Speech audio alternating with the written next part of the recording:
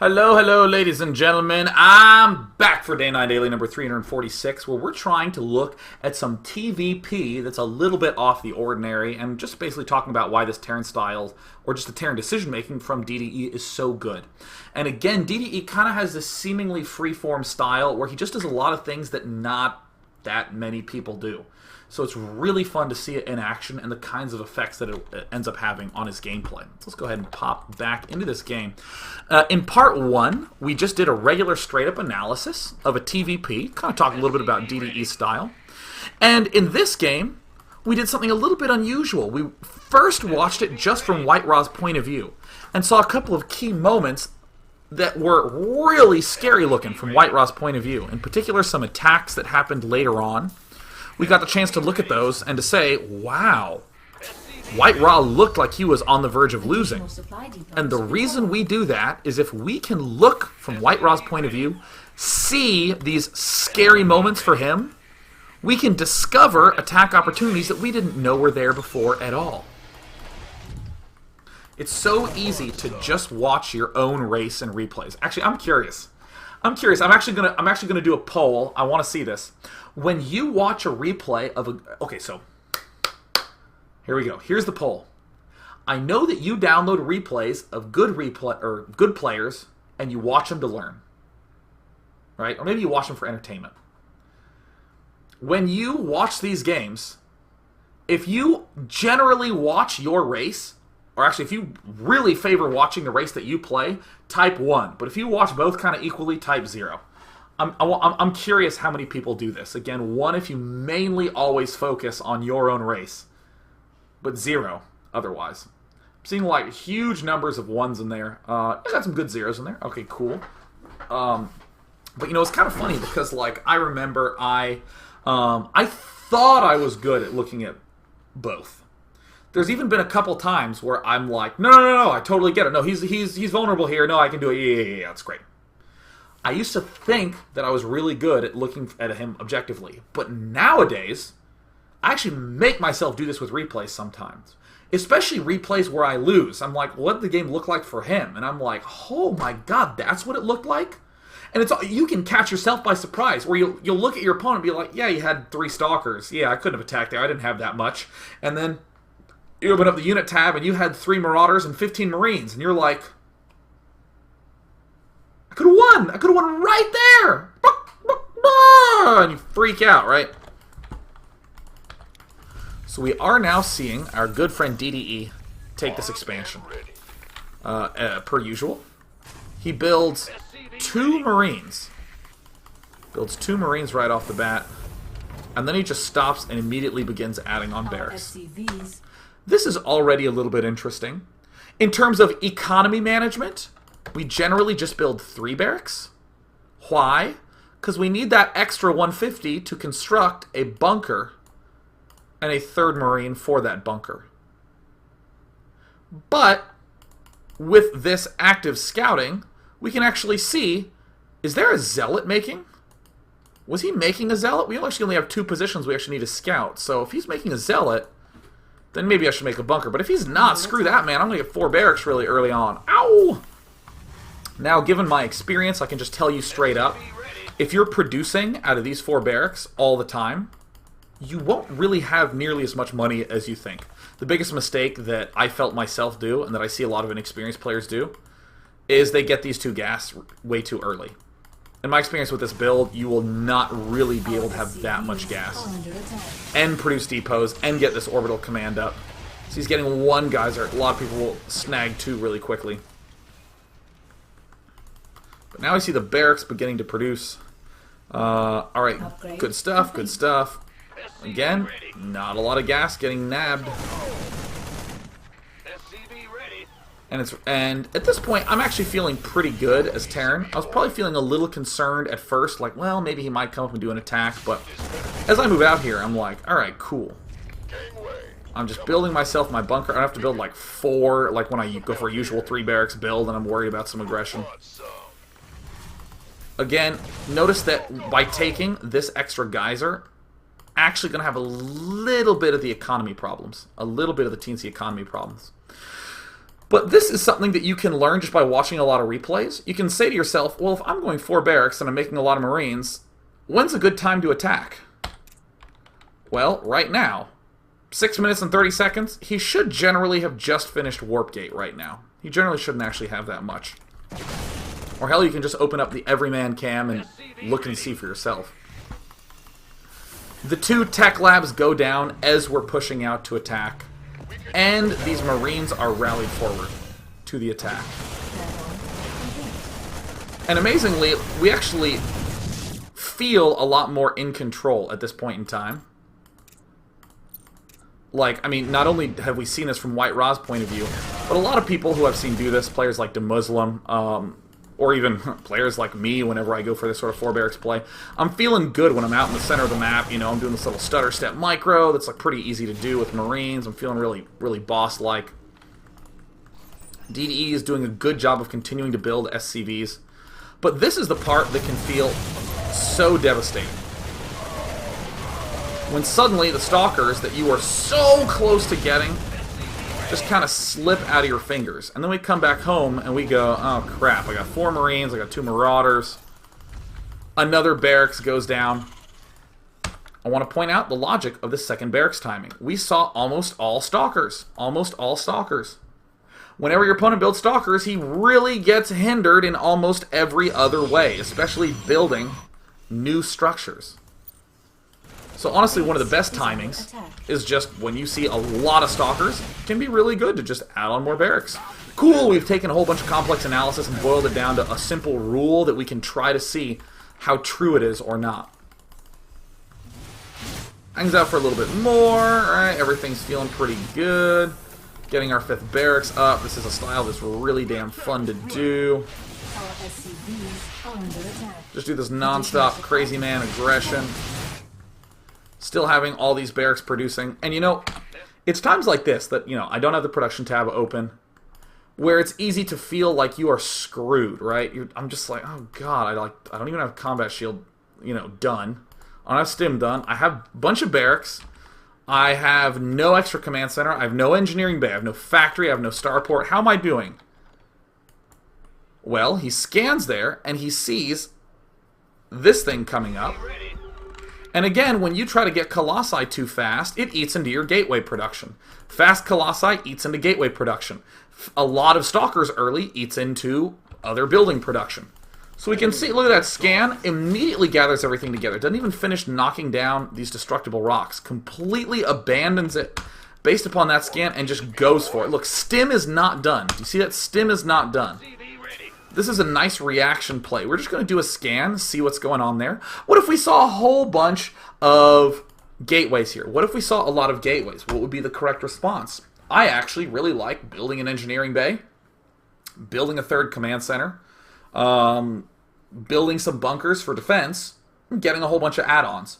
I like that because I'm thinking if he has a lot of gateways, he's going to kind of have a big army now. He's going for a big army right now. Maybe I can't go toe-to-toe with him right now. So let me plan on just working on my big army style for later. Let me get my upgrades up. Because if he's going like 6 gates, he's not going to have a whole bunch of forges coming up and a whole bunch of Templar coming up. Let me try to begin getting my 3rd up. I don't really want to attack right now because that's kind of what 6 gators really enjoy, is Terrans who do these little small pathetic attacks. And they just eat it for breakfast. So this moment happens, and this doesn't actually look that stressful to deal with. There's the push coming out. But this kind of push timing is just so brutal against the Colossus. I have a big ground army, and I see you going Colossus, let me go for it. If you were going 3 barracks, and you were going for really, really fast medevac, if you were trying to build your starport really, really quickly, you cannot do this sort of attack. You just get killed. When you have a ton of units, this sort of attack works out great.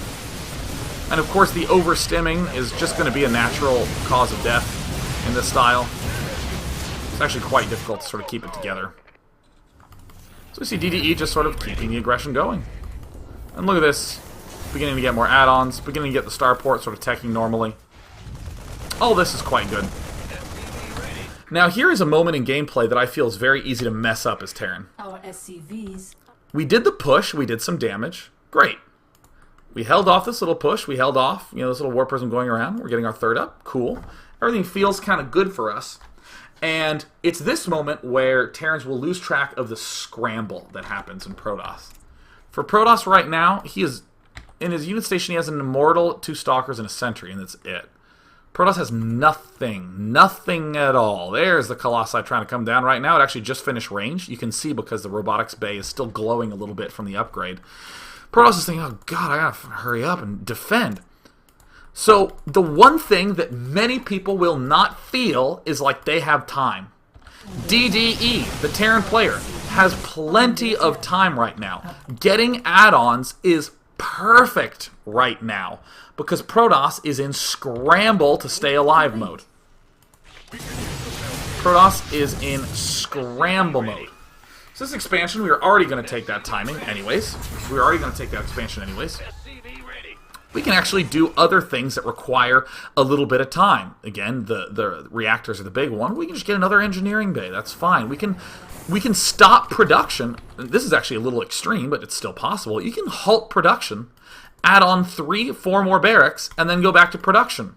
You have the time to do that. There's no imminent push coming up. Sure, we have these Marauders here, but our Protoss is a lot more screwed than we think. And what's the big thing that you should be looking for right now? What is the big thing that will be the most essential trigger? Expansion timing. At this point in the game, whenever you've done this sort of damage, and it's sort of ambiguous, should I attack or not? Yep, there's reactors in the tech labs going down, cool. It is expansion timing. If you see this going down, or actually if you even see this done, it's time to really ramp up the aggression. If you don't see it yet, then your opponent is likely still in scramble mode, and you kind of have to play a little bit on the back foot. Add-on complete. But these sorts of aggressive moves by DDE are brilliant. I'm a little annoyed that there's no scan being thrown down here, because if, for instance, this was not up, this sort of gigantic commitment might be a little bit overboard. This might be an easy way to lose a bunch of stuff. Now, it is true that Protoss does not actually have that much stuff, but you have to be really careful. Notice how it's still a stim and run. It's still a stim and run. If you knew that this expansion was up, then that would have been an even bigger signal to do some attacking. But as we swiftly sort of proceed through the latter stages of the game, controlling the center now is one of the most important tactical things for Protoss, or excuse me, for a Terran, because it's one thing to take these units over here and to take this drop that's at the left down to the bottom left, and it's an entirely another thing altogether to have the space between your 2 attacks covered as well. Because honestly, sometimes I'll see people doing little counterattacks on the right and little counterattacks on the left, and Protoss just gets a big army, goes right through mid, and kills them. Just gets in between everything. You actually do want to make sure that your opponent is split up in some regard. And this is where I actually think it's better to not get mules, and actually to save that scan. Really, really good to get scan. This, I guess, I didn't quite like as much right here. Until I went over to the Protoss point of view, and I was like, oh yeah, Protoss has just like no frickin' vision at all, and it's okay to be a little over-aggressive at this point. Again, assuming that he actually does have this bottom right expansion. I think Terran might be taking a little bit of a logical leap, assuming that this expansion is up. This is the first time that DDE found it. If DDE scanned and saw this, then I would really love this attack, and I would really love this one. Since he didn't actually have that knowledge, incidentally it ends up good, but I don't know. I don't really like it. And of course, our usual tactics are looking quite good. DDE's money getting quite high, which is kind of a common theme whenever he begins this aggression, or just a common theme for aggression in general. But if you kind of prepare for it, like say, oh yeah, when I move out to attack, yeah, I just get like 9 more barracks. Then you'll just sort of never realize that you had a lot of extra money. It's just all part of your build. Really key that we see DDE control that center. Now, why would I not like a whole bunch of aggression and dropping right now? Because Protoss doesn't have this third up. He doesn't even have that much of a vulnerability anywhere. So in this circumstance, I actually think it's correct for DDE to be pulling back and playing back a little bit. There is this huge push, but if this push were not here, I think that Terran should just kind of hang out in center and just play very slow. Hang out in center, kill off these rocks, and then just go back to hanging out in center. But after killing that bottom right expansion, DDE should absolutely not go hog wild with drops. It's really funny. There's a game that one of my friends actually sent me being like, why did I lose? And it was him playing Terran, being in an amazing position where he had 3 bases versus his opponent's 2. It was just like this one. And he started trying to do drops over here, started trying to do drops over here, a little harassment at the front, trying to pick off some Colossi over here. And what happened is he just threw away so much money that the Protoss, who sat on 2 bases, just outright killed him. This Ghost Academy is something that's really good to get when you're starting to really cut down on your opponent's expansions. When you're really sort of slicing them to his knees, get yourself a Ghost Academy. Because Ghost Academies are better in a big army, in one solid block of an army. What's a situation where you would have one solid block of an army when there's no expansions to kill? When you know he's only going to engage you straight up. Again, I feel like this is a touch blunderous by DDE. I mean, incidentally, there's an expansion here. He was going to go down to this bottom right one. But it's a little bit too much of an assumption. 95% of the time, I guess your Protoss opponent will be taking those locations, but in the 5% where he isn't, that just might be a little bit too much for you. So, as we see, DDE wins very handily. And that late game looked kind of like a regular late game. It looked kind of Marine Marauder, Expansions, Vikings, oh my, getting some upgrades, getting ghosts. Yeah, cool. But there were those 2 really fascinating moments of aggression early on that allowed for the really key attacks in the mid-game, where he killed off the expansion and was target firing the main center nexus. I am going to do the stunning act of taking questions from the audience before we wrap things up.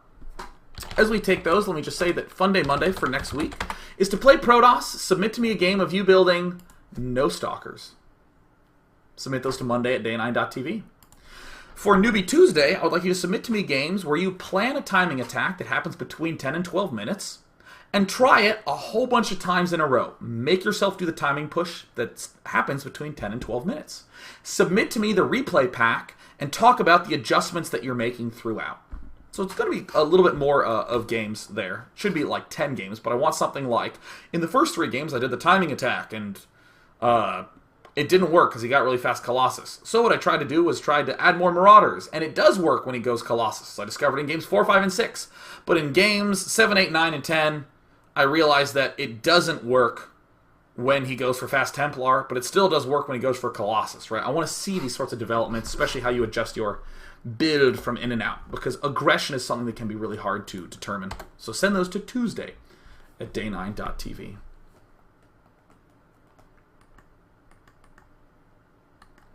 Let's see.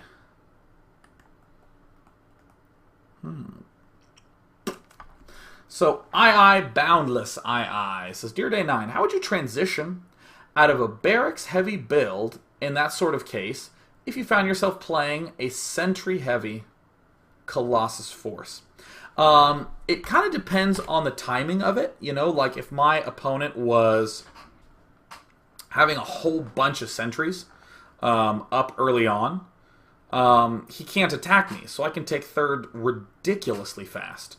Like, really fast. Like, for instance, if I'm going 4 barracks, and I see him, or actually, let's make it more extreme. If I'm going 5 barracks, and I see that my opponent is going for a big sentry heavy build, I can take my third really fast and go for medevacs really fast and not even get that many add-ons on my barracks. I don't even really need to, because again, he can't put pressure on me with a bunch of sentries early on. And when he gets 1 or 2 Colossus, he's still a little in danger town. So I have plenty of freedom to go up tech paths and do other things. With, you know, what we saw DDE do, seemed pretty critical to just go ahead and do a push. Seemed like kind of an essential component to the gameplay. I'm going to take 2 more questions. I'm realizing I'm hungry, so I should probably go get food. Okay, so Taro Flame says, Dear Day 9, Protoss seem to be constantly on the defensive and vulnerable to so many timings. How can they put on pressure like DDE did in the second game? Or is that even possible, Protoss? Oh, it's absolutely possible. It's just some different play styles. Just to name a few, getting Blink Stalkers before Speed Zealots, going down that path, and getting an Observer and blinking up into the main. I cannot tell you how annoying it is to be as Terran and you're like, alright, I'm ready to do some medevac harass. You move out with your forces and just like, a bunch of Blink Stalkers pop in your main, kill off all your reactors, and then blink back out again. And you're just, oh god. You can do Dark Templar harassment, Dark Templar warp-ins onto their main. You can do some huge gateway pushes at the front if you want. I'm unsure of a lot of early Immortal pushes. I'm starting to play with the idea of like, alright, if I'm getting 1 Immortal for defense, and 2 if I'm feeling nervous, why not just go for 3, 4, and 5 and push really, really fast? Seems like something that you could play around with. The important thing, though, is that a lot of the push timings have been figured out for Terran, but there's nothing intuitively obvious about them. For instance, in a 2 barracks push, you generally push with 1 Marauder and 5 Marines. And that is just kind of when the push begins. There's no foundation to it. There's no reason that specifically this came to me, you know. I'm sure, I mean, there is logic behind it, but it won't just fall down out of the sky. And with Protoss, I feel like that a lot of people haven't experimented with those yet because, you know, it's so easy to be like, well, I guess I'm going to be just defending and getting Colossus up. There may very well be a push where it's like, yeah, you know, you just attack with 3 sentries, 4 stalkers, and 2 zealots right now. And most of the time it'll do a lot of damage, and when it doesn't, he's forced to defend for a really long time. These kinds of things he begins saying. I'm going to take this last question. I just suddenly got really tired. I need to get some food in me. Nerpster89, Dear Day 9, how do I use my Ghost effectively against Templars? I think the biggest key is actually scan. Scanning is one of the biggest things that I think Terran players do not acknowledge, that in TvP, especially, there comes a point where you just don't really mule that much. You just kind of are not muling, and you're spending a lot of time on scan. And if we actually come to the game, what's funny is that when we are in this cam view, when we're looking like this at everyone at once, if scans are going off in the main, you might not know. There was actually a very key scan that happened. I'll actually speed it up. I mean, like, if I'm looking at the game from an everyone camera view, I might miss the scan that's actually about to happen. See, there it is. This is a key scan. What if I was over looking in DDE's base? Because, goodness gracious me, oh my, I'm a Terran player and I don't want to be like him, and I'm just looking around, poking, I'll miss completely that the scan ever happened. So that's actually one of the biggest hidden reasons why Ghosts can get good snipes, is that you have them in a separate control group and then you're just scanning all over the place. And I strongly encourage you to watch one of your good, your inspiration players and try to see when does he begin scanning. And just watch 4 games on ×8 speed really fast and just be like, okay, well, there's a scan. Oh, there's like 10 scans. Oh, okay, he's not scanning anymore. He's going back to muling. Why is that? That wraps up the daily. I'm done. I don't think there's going to be a daily tomorrow. If there is, it'll definitely be pre-recorded, but I'm going to be out of town. Doing a little bit of talk on Dead Competitive Gaming. So guys, take care. You're all wonderful. You're all wonder-frickin' fool. And enjoy this music.